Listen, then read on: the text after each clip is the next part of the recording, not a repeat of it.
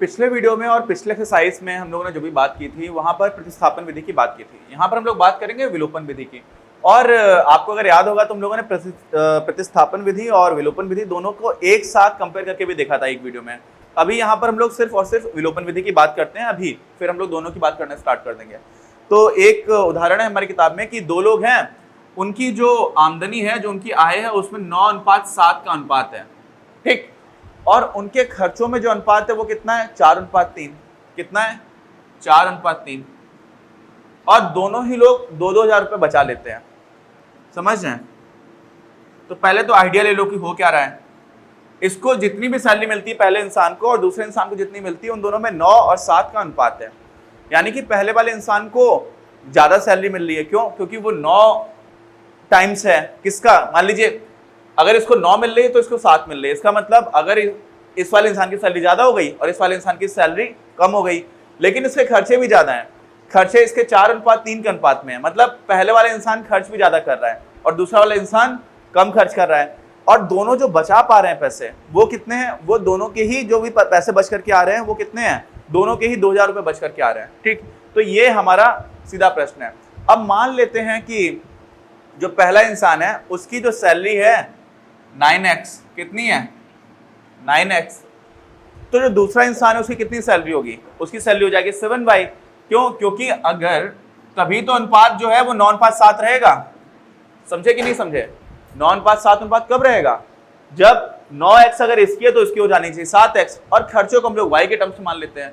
तो अगर पहला इंसान खर्च कर रहा है 4x नहीं, अब y मान लेंगे, ठीक है। तो दूसरा कितना खर्च करेगा? तो दूसरा खर्च करेगा 3y।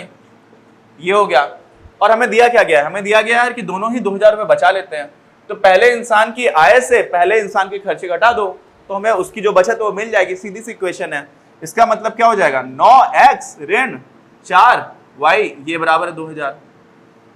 और राजा बाबू दूसरा समीकरण क्या बनेगा? दूसरा बनेगा आपकी दूसरे इंसान की सैलरी है, उससे दूसरे इंसान के खर्चे घटा दो और उसकी जो बचत है, बचत उसकी भी 2,000 रुपए की हो रही है। लेकिन उससे पहले क्या है? उसकी सैलरी कितनी है? 7x और उसके खर्चे कितने हैं? 3y। ये हमें दोनों समीकरण मिल गए। ये हमने समीकरण बना लिया। अब चाहे तुम इसको ग्राफी विधि से हल करें, चाहे तुम इसको प्रतिस्थापन से करें, लेकिन यहाँ पर हम इसको विलोपन से हल करते हैं। ग्राफी विधि से तो हल करना बहुत ही इनएफिशिएंट होता है ना। तो आप वो थोड़ा सा समझ लीजिए। और एक वीडियो में हमने देखा हुआ था कि विलोपन विधि में कोई भी जो चर है उनमें से ऐसा करते हैं कि दोनों के जो भी गुणांक है उनको बराबर कर देते हैं। तो या तो आप x के गुणांकों को बराबर कर दो। कैसे कर पाओगे? गुणा करना पड़ेगा। तो कभी कभी ऐसा होता है कि दोनों समीकरणों में गुणा करना पड़ता है, कभी कभी होता है कि एक ही समीकरण में गुणा करके काम चल जाता है। अब यहाँ पर 9 है और यहाँ पर 7 है। अगर आप इस वाले समीकरण में 7 से गुणा कर दो, किससे? 7 से, और इस वाले समीकरण में 9 से गुणा कर दो। समझ रहे हैं आप? यहाँ पे 7 से किया, यहाँ पे 9 से किया, तो ये हो जाएगा 63x। यहाँ पर भी 63x हो जाएगा। आगे की चीजें अलग होंगी, वो बात अलग है। लेकिन अगर हम x वाले पद को बराबर करना चाहें तो हम यहाँ पे 7 से गुणा करेंगे, यहाँ पे 9 से गुणा करेंगे। लेकिन सिर्फ जरूरी नहीं कि आप x से गुणा करो, मतलब x वाले जो गुणांक है उन्हीं को बराबर करो। y से भी काम चल सकता है। अगर y से करेंगे तो क्या होगा? y वाले में करके देखते हैं। देखो y यहाँ पर 4 है, यहाँ पे 3 है। तो अगर हम इस वाले में 3 से गुणा करें इस समीकरण में, तो y कितना हो जाएगा? ऋण 12y हो जाएगा। और यहाँ पर अगर गुणा करें 4 से तो ये कितना हो जाएगा? ऋण 12y हो जाएगा। तो यहाँ पर ये भी बराबर हो जाएंगे। और एक बात समझना, यहाँ पर हमें जरूरी नहीं है कि अगर ऋण 12y हो रहा है तो आपको दूसरा भी ऋण 12y करना पड़ेगा। समझ रहे हो? ऋण 12 है तो दूसरी जगह पर आप धन 12 से भी काम चल जाएगा। जो मॉड है, मॉड समझ रहे हैं, जो उसकी शून्य से दूरी है संख्या रेखा पर, ये 0 है, यहाँ पर ये 12 है और यहाँ पर ये ऋण 12 हो जाएगा। ये दूरी बराबर हो। क्यों? क्योंकि आप क्या कर सकते हो? आप जोड़ भी सकते हो इन दोनों को, घटा भी सकते हो। हमें विलोपन करना होता है, हमें एलिमिनेट करना होता है। तो एलिमिनेट कब कर सकते हो भाई? अगर आपने 12 में एक 12 मिला, आपको एक ऋण 12 मिला, मान लीजिए 12x मिला और ऋण 12x मिला, तो आप दोनों समीकरण को जोड़ दोगे तो ये 0 हो जाएगा। और अगर दोनों 12-12 मिल रहे हैं, कैसे? अगर ये 12x है और ये भी आपको 12x मिला, तो आप दोनों समीकरण को घटा दीजिए तो भी गायब हो जाएगा। आपको तो गायब करना है ना। तो सोचिए, ऐसा मत सोचिएगा कि अगर यहाँ पे 63 यहाँ पे ऋण 63 आ रहा है, या यहाँ पर ऋण 12 है तो यहाँ पे धन 12 नहीं आना चाहिए, ऋण 12 ही लेकर के आना चाहिए। ऐसा जरूरी नहीं है। आप समझ रहे हो ना? क्योंकि हम जोड़ भी सकते हैं, घटा भी सकते हैं। तो दो चीजें हुई, एक तो ये हुआ कि आप x के गुणांकों को भी बराबर कर सकते हो या फिर y के गुणांकों को भी कर सकते हो, जिसको करना चाहो उसको करो, पहली चीज। दूसरी चीज, अगर आप इसके गुणांकों को बराबर कर रहे हो तो ऐसा नहीं अगर इसका गुणांक मान लीजिए एक तरफ 63 है तो दूसरी तरफ आप 63 ही लेकर के आओ, 63 या -63 में से कुछ भी आ जाएगा ना, जो आराम से आ रहा होगा वो लेकर के आ जाओ, क्योंकि हम एक बार जोड़ देंगे अगर हमें कैंसिल करना है, बराबर बराबर है तो घटा देंगे, और अगर अलग अलग है मतलब एक 63 और एक ऋण 63 तो दोनों को जोड़ देंगे तो भी हमारा शून्य हो जाएगा, तो वो विलोपन हो जाएगा। समझ गए ना? अब इसको और उदाहरण करेंगे तो आप समझ जाएंगे, लेकिन आपको पहले से अगर ये बात समझ में आ जाएगी तो बहुत क्लैरिटी रहेगी, समझे? तो अब क्या कर देते हैं, दोनों में अगर y वाले में गुणा करेंगे तो देखिए यहाँ पर 3 से करना पड़ा, यहाँ पे 4 से। जब x में कर रहे थे तो गुणा थोड़ा बड़ा था, एक जगह 7 से एक जगह 9 से, तो 4 और 3 से करना तो बहुत आसान है, तो हम इसी से करते हैं। एक बार ऐसे सिस्टम को समझ लिया करो कि क्यों कर रहे हैं, कैसे कर रहे हैं, तो फिर काफी ज्यादा अपने को सहूलियत हो जाती है, आगे क्वेश्चंस में क्लैरिटी हो जाती है। ऐसा नहीं है कि आपको कॉन्सेप्ट समझ में आ भी जाएगा, उसके बाद भी बहुत सारे रास्ते हैं, अप्रोचेस बहुत सारी हैं, आपको अपने घर से किसी दूसरी जगह जाना है तो बहुत सारे रास्ते हैं, ठीक है? अब आप इसमें सबसे अच्छे रास्ते से जाने की कोशिश करो ना यार, है ना? तो वो कैसे आएगा, उसकी आपको अंडरस्टैंडिंग होगी तब आप आओगे। तो अभी यहाँ पर क्या किया, इस वाले को हम लोग 3 से गुणा करते हैं और इस समीकरण को 4 से गुणा करते हैं, पूरे समीकरण को। तो ये पहला समीकरण क्या हो जाएगा, ये हो जाएगा 3 ने 27x ऋण 12y बराबर 6000, ये तो हुआ। दूसरा क्या हो जाएगा, 4 सत्ते 28x ऋण 12y बराबर 4 दूनी 8000, ये आपके समीकरण आ गए। अब जैसे ही आपको ये मिला, आपको दिख गया कि यार यहाँ पर भी ऋण 12y है, यहाँ पर भी ऋण 12y है, अगर ऊपर वाले से आप नीचे को घटा दो, क्या कर दो, ऊपर वाले से नीचे को घटा दो, तो ये तो कैंसिल हो जाएगा, कैंसिल हो जाएगा तो सिर्फ x का पद बचेगा, और सिर्फ x का पद अगर बच गया तो आपको बहुत आराम से उत्तर देखना स्टार्ट हो जाएगा। तो यहाँ पर क्या कर दो, आप घटा दो, ये घटाओगे तो इसका चिन्ह बदल जाएंगे, ये 28 धन का था ऋण का हो गया, ये ऋण का था, ये 12 जो है अब वो धन का हो गया, और ये ऋण का हो गया, तो ये ऋण 12 में धन 12 जोड़ोगे कट जाएगा, यहाँ पे 27 धनात्मक है और 28 ऋणात्मक है, तो क्या हो जाएगा, ऋण x आ जाएगा, और यहाँ पर क्या आ जाएगा राजा बाबू, यहाँ पे आ जाएगा ऋण 2000, ये कट गया, बचा क्या, x आपको सीधा सीधा मिल गया 2000, ठीक।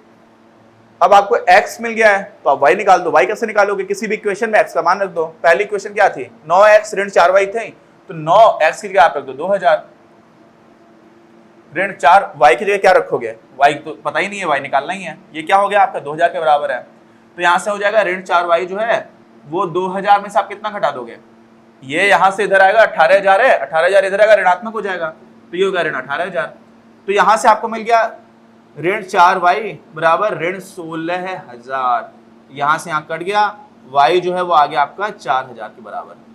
तो आपका उत्तर आ गया है ना, आ गया आंसर? आंसर नहीं आया, हमें x और y नहीं निकालना था, हमें निकालनी थी कि उनकी सैलरी क्या है। तो अगर x 2000 है और पहले इंसान की सैलरी 9x है, तो पहले इंसान की सैलरी कितनी हो गई, 18000, ये आपका उत्तर है, समझे? और दूसरे इंसान की कितनी हो गई, दूसरे इंसान की हो गई 7 दूनी 14000। पहले इंसान का खर्चा कितना हो गया, 4 गुणे y कितना है 16, 4000 है, तो 4 चौकू 16000 हो जाएगा, यानी कि पहले इंसान 16000 रुपए खर्च कर रहा है, और दूसरा इंसान कितना कर रहा है, 3 गुणे 4 यानी कि 12000, कितना 12000। अब देखो 18000 से 16000 घटाओगे तो भी 2000 रुपए बचेंगे, बचत 2000 थी पहले इंसान की, दूसरे में 14000 से 12000 घटाओगे तो भी उतना ही बचेगा, कितना 2000, और साथ में 16000 और 12000 का जो अनुपात है वो 4:3 है, और 18000 और 14000 का अनुपात जो है 9:7 है, यानी कि हमारे उत्तर का जो भी प्रश्न है उसका उत्तर ठीक से आ गया।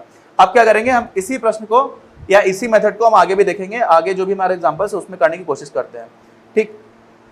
ये हमारा दूसरा प्रश्न है, इसमें क्या बोला गया है, इसमें भी विलोपन विधि से ज्ञात करने को बोला गया हल, और इसमें तो बहुत ही आसान है। देखो एक ही में समीकरण में गुणा कर दो, पिछले बार हमें क्या करना पड़ा था, दोनों में गुणा करना पड़ा था, यहाँ पर तुम्हें दिख रहा है कि यार इसमें 2 में आप 2 से गुणा करोगे तो 4 हो जाएगा, तो सीधा सीधा इस वाले समीकरण में 2 से गुणा कर देते हैं, 2 से गुणा कर दोगे क्या मिल जाएगा, मिल जाएगा आपको 4x धन 2 3 6 y बराबर 16। अब जो ये वाली इक्वेशन है, यानी कि जो पहला समीकरण तो आपका आ गया, पहले समीकरण का आपने रूप थोड़ा सा बदल दिया, अब क्या करना है आपको, आप दूसरी बार जो है उसी को सीधा सीधा लिख दिया और इसी को यार घटा दो। अब आप घटा दोगे, ये ऋण आ जाएगा, ये ऋण आ जाएगा, ये ऋण आ जाएगा, ये कट गया, ये कट गया, यहाँ पे आ गया कितना 9, यानी कि 0 बराबर 9 आ गया है ना, उत्तर हमारा आ गया है ना। नहीं आया। ये मतलब उत्तर आ गया है, लेकिन ये कोई उत्तर नहीं है। 0 9 के बराबर कभी नहीं हो सकता। इसका मतलब क्या हुआ कि ये जो समीकरण है इनका कोई हल नहीं है। क्या है? कोई हल नहीं है, कोई सार्व हल नहीं है। ठीक, सार्व मतलब क्या हो? जो दोनों को संतुष्ट कर रहा हो। समझ गए? और ये पहले से देख करके समझ में आ रहा था यार। a1/a2 कितना था? 2/4। b1/b2 कितना था? 3/6। और c1/c2 कितना था? 8/7। यानी कि ये तो कुछ और ही था। ये दोनों 1/2 1/2 हैं। इसका मतलब क्या हो गया? ये समीकरण जिन रेखाओं को निरूपित करेंगे वो कैसी होंगी? समांतर रेखाएं। और अगर समांतर रेखाएं तो कोई हल आएगा क्या? कोई हल नहीं आएगा। समझ गए? इसी में अपना अगला प्रश्न कर लेते हैं। इसमें एक बात समझिए, जब भी देखो इस तरह की चीज आती है ना, जो हमेशा ही असत्य है, हमेशा असत्य, कभी भी 0 तो 9 के बराबर नहीं होगा, है ना, हमेशा ये असत्य है। तो इसका मतलब क्या होता है? ये जब इस तरह की चीज आ रही होती है तो आपको समझ में जाना चाहिए कि ये तो बात है हमेशा असत्य, इसका मतलब इसका कोई भी हल नहीं होगा। और इसी को इस तरह से ही बोला जाता है कि आपको अंत में जो हल मिले, देखो आप x और y का मान निकालना चाह रहे थे, वो तो मिला नहीं आपको, ना x का मान मिला ना y का मान मिला, कुछ और ही मिल गया। और जब कुछ और मिल गया, यहाँ पर ना x आ रहा है ना y आ रहा है, इसका मतलब कोई चर नहीं है और अचर दो आ गए हैं, और दोनों अचर ऐसे हैं जो असत्य है, तो कोई हल नहीं होगा। लेकिन दोनों चर ऐसे आ जाएं जो हमेशा सत्य हो, समझ रहे हैं, हमेशा सत्य हो, इसका मतलब फिर x और y के अनंत मान आ सकते हैं। क्या आ सकते हैं? अनंत मान आ सकते हैं। तो ये हो गया। अभी क्या है, एक और प्रश्न अपने को दे रखा है, और ये प्रश्न थोड़ा सा इंटरेस्टिंग है। कैसा है? थोड़ा सा इंटरेस्टिंग है। इसमें हमारा नंबर सिस्टम का जो ज्ञान है ना, संख्या पद्धति का, वो थोड़ा सा प्रयोग होता है, बहुत बचकाने स्तर का। कक्षा 6 और 7 में भी नहीं, वैसे तो कक्षा 6 से पहले ही पढ़ते हैं, लेकिन कक्षा 6 में हम लोग फिर से एक बार रिवाइज करते हैं कक्षा 5 तक की पढ़ाई को, तो वो वाली चीज फिर से यूज होगी। बोला क्या जा रहा है? 2 अंकों की एक संख्या है और उसको अंकों को उलटने पर बनी संख्या का योग 66 है। ठीक, और यदि संख्या के अंकों का अंतर 2 हो तो संख्या याद कीजिए। ऐसी संख्याएं कितनी है? ठीक, अब तो पहली बात तो है 2 अंकों की संख्या है। कितने अंक? 2 अंक है। मान लिया एक अंक जो है एक्स वाई ऐसे लिखी हुई संख्या, जहां पर x भी एक अंक है, तो x अगर एक अंक है तो आप समझो कि x क्या क्या हो सकता है? x जो है वो क्या हो सकता है? 0 हो सकता है, 1 हो सकता है, 2 3 4 ऐसे करके 9 तक ही हो सकता है। इससे ज्यादा कुछ नहीं हो सकता है। x का मान सिर्फ और सिर्फ x का मान। y भी एक अंक है, तो यार y भी यही हो सकता है, 0 से लेकर के 9 तक ही तो कुछ हो सकता है, क्योंकि हम लोग अंकों की बात कर रहे हैं। अंक कितने हैं? अंक तो 10 ही हैं। तो y और x दोनों के सब संभावित मान कितने हैं? 10 इसके मान है, 10 ही इसके मान है। आगे एक बात तो ये समझ में आ जानी चाहिए। अब क्या करना है? अब हमें क्या बोला गया? संख्या है, संख्या के आपने अंकों को पलट दिया। क्या कर दिया?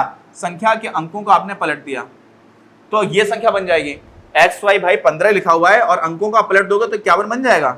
बन गया कि नहीं बन गया? ठीक, ये आ गया। और फिर बोला गया उलटने पर बनी संख्या का योग 66 है। ठीक, इसका मतलब क्या हुआ कि आपने जब संख्या के अंकों को पलट दिया है और इन दोनों का योग किया है तो आपको मिल रहा है 66। कितना मिल रहा है? 66। अब हमसे पूछा जा रहा है कि यार ये बताओ कि ये जो संख्या लिखी हुई है, इस संख्या का ये कौन सी संख्या और ऐसी कितनी संख्या बन सकती हैं? तो अगर हम इसको सीधे सीधे ऐसे करेंगे ना तो ये वास्तव में गलत है। क्या है? गलत है। ये अगर हमने इसका समीकरण बना दिया तो ये समीकरण गलत हो गया। यहीं पे हमने कर दी गलती। क्या कर दी? गलती। क्यों कर दी? अगर भाई आपको यहाँ पर एक्स वाई का मतलब क्या हुआ? एक्स और वाई का मतलब तो क्या? एक्स गुणे वाई, ये हो गया। और आपको कोई संख्या लिखनी है, मान लीजिए मैंने बोला कि 15 संख्या लिखनी है, तो आप 15 को 1 गुणे 5 थोड़ी लिखते हो। यहाँ पर तो मैंने बोला कि x आपका 1 हो गया, y आपका कितना हो गया? 5। नहीं समझ में आया? x y अगर मान लीजिए x 1 हो और y 5 हो और आपको संख्या लिखनी है 15, तो आप कैसे लिखोगे? आप 15 ऐसे लिखते हो ना, आप ऐसे थोड़ी लिख देते हो 1 गुणे 5। और ये तो 1 गुणे 5 लिखा हुआ है यार, ये x इंटू वाई है, ये 15 नहीं है। तो 15 कैसे लिखा जाएगा x और y का प्रयोग करके? ये सोचिए। ये पहली चीज है जहां पर आपको थोड़ा सा दिमाग लगाना पड़ेगा। 15 लिखना है आपको। अब 15 कैसे लिखोगे? 15 ऐसे लिखोगे यार, ये अंक है आपका इकाई का और ये अंक है दहाई का। आई बात समझ में? 15 आप कैसे लिख सकते हो? 15 को आप लिख सकते हो, 15 का मतलब हो गया 1 गुणे 10 धन 5 गुणे 1। क्यों? 5 में 1 से क्यों गुणा किया? क्योंकि 5 इकाई का अंक है। और 1 में 10 से क्यों गुणा किया? क्योंकि 1 जो है वो दहाई का अंक है। ऐसे ही आप यहां पर देखो, अब आपको समझ में आ जाएगा। अभी तक जो था x इंटू वाई वो गलत है। आपने अगर ये समीकरण बना करके हल किया, यहीं पर आपकी गलती हो जाएगी। आप यहां से तो आप 2xy को 66 कर दोगे तो xy आपका 33 आ जाएगा। फिर आप ऐसे x और y के मान निकालने की कोशिश करोगे जिनमें दोनों का मल्टीप्लाई करने के बाद से 33 आए, वो गलत है। वहां से गलत क्यों हो जाएगा, आपने पहली स्टेप ही गलत कर दी। अगर आपने एक्स वाई लिख दिया, 15 को आप 1 गुणे 5 थोड़ी लिखते हो, 15 का मतलब क्या हुआ 1 गुणे 10 धन 5 गुणे 1। अब ऐसे हम इसको लिखेंगे, और जैसे आप इसको ऐसे लिखोगे उसके बाद से तो वो चुटकियों का खेल है, और यहाँ पर भी अपने को विलोपन विधि का ही प्रयोग करना है, उसी का कर देंगे, समझे। तो ये जो लिखा हुआ था वो गलत था, इसको दिया काट। अब अगर हमारी संख्या एक x है पहला अंक और दूसरा अंक y है, तो संख्या क्या होगी, तो संख्या होगी y गुणे 1 धन x गुणे 10। समझ गए, क्योंकि x दहाई का अंक है और बोला जा रहा है कि संख्या के अंकों को पलट दिया, तो पहला अंक यहाँ पे y हो गया, पहला नहीं मतलब दहाई का अंक, और इकाई का अंक x हो गया, तो अब संख्या हो जाएगी x गुणे 1 धन y गुणे 10। ये दूसरी संख्या हो गई। अब क्या करेंगे राजा बाबू, इन दोनों को जोड़ देंगे। क्यों, क्योंकि बोला गया कि इन दोनों को जोड़ने पर 66 आ रहा है, तो इस ये कितना आया, ये आ गया आपका 10x धन y, इसमें आपने जोड़ दिया क्या 10y धन x, और ये आपको दे रखा है 66। अब आपको दूसरी चीज जो है वो बता रखी है। अब दूसरी चीज जो क्या बता रखी है कि संख्या के अंकों का जो अंतर है वो कितना है, 2 है। इसका मतलब क्या हुआ, संख्या के अंकों का अंतर। अब मान लीजिए यहां पे आप सीधे सीधे लिख सकते हो, क्यों, अगर x एक अंक है और y एक अंक है तो आप एक तो बना सकते हो x ऋण y बराबर 2, ये कर सकते हो। x को बड़ा अंक मान लिया, y को छोटा अंक मान लिया। लेकिन कुछ लोग बोल सकते हैं आप बड़ा और छोटा तो दे नहीं रखा है, तो आप उल्टा भी तो मान सकते हो। सर बिल्कुल मान सकते हैं यार, y माइनस एक्स करोगे ये भी 2 हो सकता है, ठीक। लेकिन एक बार या तो ये होगा या तो ये होगा, एक ही स्थिति लेकर के तो चल पाएंगे, या तो ये स्थिति सही है या तो ये स्थिति सही है। अभी के लिए आप समझ लो कि हम पहली वाली स्थिति को सही मान रहे हैं, दूसरी वाली स्थिति को हम बिगाड़ देते हैं, क्योंकि हमें दे रखा है कि संख्या के अंकों का अंतर 2 है। अब हमारे पास 2 समीकरण आ गए, एक समीकरण ये है, दूसरा समीकरण हमारे पास वो है, तो ये पहला लिख दो, इसको कर दो दूसरा। अब क्या करेंगे, अब हम लोग इन दोनों को हल करते हैं। तो ये 10x है, यहाँ पर एक x है, तो ये होगा आपका 11x धन 1y और 10y 11y बराबर 66। पूरे में आपने क्या किया, 11 से भाग दे दिया, तो आपको मिलेगा x धन y बराबर 6। एक ये समीकरण जो है उसका थोड़ा अच्छा रूप आ गया, और x ऋण y बराबर 2 दे रखा है, आप दोनों को जोड़ दीजिए, x धन y बराबर 11 दिया हुआ है। अब क्या करो राजा बाबू, दोनों को ऐड कर दो, दोनों को जोड़ोगे क्यों, क्योंकि ये तो कैंसिल हो जा रहा है, दिख रहा है मुझे। तो 2x बराबर क्या हो गया 13, तो यहां से x बराबर क्या आ गया राजा बाबू 13/2, ये आ गया ये। अब इसका मतलब ये समझिए आप कि अगर ये y है और ये प्लस y, इसको आपने काट दिया, ये गलत कर दिया, मैंने गलत कर दिया। देखिए ये 13/2 तो कोई अंक हो नहीं सकता, और वही मैं सोचूं कि ये गलत कैसे हो गया। यहाँ पर x प्लस y 6 था, 11 नहीं था, मैंने गलती से ये 11 से भाग दिया था तो 11 लिख दिया, वो गलती आप मत करिएगा। अब देखिए यहाँ पर आप ये दोनों कैंसिल हो जाएंगे, तो 2x जो है वो किसके बराबर आ जाएगा, वो आ जाएगा 8 के बराबर, और x बराबर यहाँ से आ जाएगा 4। अब y कितना आएगा, किसी भी समीकरण में उठा के रख दीजिए, x यहाँ पे आप 4 रखेंगे तो y जो है वो ये 2 इधर आ जाएगा, तो y का मतलब आ जाएगा 2। ये हमारे अंक हो जाएंगे। अच्छा, इसका मतलब एक तो हमें उत्तर मिल गया, लेकिन आपको कि सर आप ये भी तो बोल रहे थे कि y भी तो बड़ा अंक हो सकता है, ठीक है। अगर y को हम बड़ा अंक मान लेंगे तो हम इसकी जगह क्या लिख देते हैं, तो हमें एक तो समीकरण यही मिला था, दूसरा समीकरण में क्या हो जाता है, y अगर बड़ा अंक होता तो क्या हो जाता, y ऋण x बराबर हो जाता आपका 2। अब ये धन x है, ये ऋण x है, अगर दोनों को जोड़ेंगे, कायदे में मुझे ऐसा लिखना चाहिए था ऋण x धन y, तो आपको दिख जाता कि x के नीचे x लिखा हुआ है। अरे भाई ये बोल रहा हूँ, अगर x के नीचे x लिखा हुआ है तो आप आराम से काट देते हैं, है ना। यहाँ पर भी ऐसे काट सकते हो तिरछा करके, कोई टेंशन की बात नहीं है। ये कट गया, यहाँ से आपको मिल जाएगा 2y बराबर 8, तो यहाँ से y बराबर 4 आ जाएगा, समझ गए। और x बराबर कितना आ जाएगा, फिर आप मान रखोगे 2 आ जाएगा। तो यहाँ पर हो क्या रहा है, x 4 मिला y 2 मिला, वहां पर y 4 मिला x 2 मिला, कोई अंतर नहीं पड़ा। आप अगर दोनों स्थितियों को अलग अलग करके सोचोगे भी, आप सोचोगे कि यार ऐसा भी तो हो सकता है कि y बड़ा हो। कई बार ऐसा सोचते ही नहीं है लोग इतना, ये तब सोचोगे आप जब खेलना स्टार्ट करोगे। और मैं चाहता हूं कि आप लोग सोचो, बहुत सारे टीचर्स आपको बता देंगे। आजकल एक नई चीज चल रही है, मैं देख रहा हूं, बहुत सारे लोग हैं जो खूब स्ट्रेटजीज की बात करते हैं, ये बताते हैं ये स्ट्रेटजी बना लो, वो स्ट्रेटजी कर लो, ये कर लोगे तो मार्क्स आ जाएंगे। अरे भाई स्ट्रेटजी की अपनी इंपॉर्टेंस है। स्ट्रेटजी का मतलब क्या होता है, स्ट्रेटजी का मतलब है कि आपको यहां से वहां जाना है, तो आप कैसे जाओगे तो अच्छा तरीका है जाने का। लेकिन जब तक जाओगे नहीं, जब तक चलोगे नहीं, तो कैसे पहुंचोगे। तो वो चलने के लिए आपको क्वेश्चंस करने पड़ेंगे। अभी क्या हो रहा है, बहुत सारे लोग स्ट्रेटजीज पे ज्ञान बांट रहे हैं बैठ करके, है ना। मैं उनको क्रिटिसाइज नहीं कर रहा हूँ, स्ट्रेटजी बताना अच्छी चीज है, लेकिन स्ट्रेटजी के साथ आप पढ़ाओ भी, वो पढ़ाते नहीं है, समझ रहे हैं आप। तो उसी में आपको मैं सिर्फ पढ़ाना नहीं चाह रहा हूं, मैं सोच रहा हूं कि मेरी कोशिश है कि आप सोचना स्टार्ट कर पाए, गणित के साथ खेलना स्टार्ट कर पाए। आप खेलेंगे तो आपको मजा आना स्टार्ट होगा। आपने सिर्फ एक इक्वेशन बना ली और उसके बाद से फिर अभी जैसे ये मैंने आपको बताया कि x और y है, अगर आप गुणा करके कर दोगे, मुझे बहुत कम लोग हैं जो इस तरह से शायद बताएंगे। मैं ये नहीं कह रहा हूं कि लोग नहीं है, मैंने भी किसी से सीखा ही होगा, लेकिन सीखने के साथ साथ मैंने खुद से बैठ करके भी सोचा है। और जब आप सोचना स्टार्ट करोगे तो एक चीज होती है कि आपको सोचना पड़ेगा, एक होता है कि आप खुद से सोचोगे। क्यों सोचोगे? क्योंकि आपको मजा आना स्टार्ट होगा। आप समझ रहे हो? तो यहां पर हम लोग फिर से एक बार देख लेते हैं। अगर आपने अंकों को पलट भी दिया तो क्या होगा? एक चीज बड़ा हो जाएगी, दूसरी चीज छोटी हो जाएगी। तो आपको संख्या क्या मिल गई? 42 और 24। अब देखिए इन दोनों को जोड़ोगे तो कितना आ रहा है? 66। और इसमें अंकों का जो अंतर है वो कितना है? 2। ठीक, ये आपको उत्तर मिल गया। और पूछेगा ऐसी कितनी संख्या होंगी? तो एक ही संख्या मिल रही है यार, और तो कोई संख्या हमें मिल नहीं रही है। तो ये हमारा प्रश्न हो गया।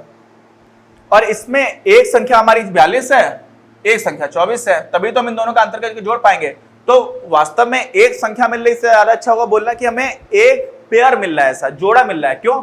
जोड़े की तो बात करेंगे यार, 69 और 96 अगर होता, क्यों? क्योंकि हम अंकों को पलटने की बात कर रहे हैं, तो हमें एक ही जोड़ा मिल रहा है, संख्याएं 2 है, जोड़ा एक ही है। समझ गया? अब हम लोग करेंगे अपनी प्रश्नावली अपने अगले वीडियो में। अपनी क्लास का उद्देश्य आप सभी के लिए आप ही की भाषा में गुणवत्तापूर्ण शिक्षा उपलब्ध कराना है। कक्षा 12 तक के सभी प्रमुख विषयों पर हम वीडियोस बना रहे हैं और कुछ विषयों पर वीडियोस आपके अपने चैनल अपनी क्लास की ही अन्य प्लेलिस्ट पर अपलोड भी हो चुके हैं। ज्ञान के प्रकाश से देश को सशक्त बनाने के हमारे इस प्रयास में इस चैनल को सब्सक्राइब करके और लोगों के साथ शेयर करके अपना बहुमूल्य योगदान जरूर दें। पढ़ेगा इंडिया तो बढ़ेगा इंडिया।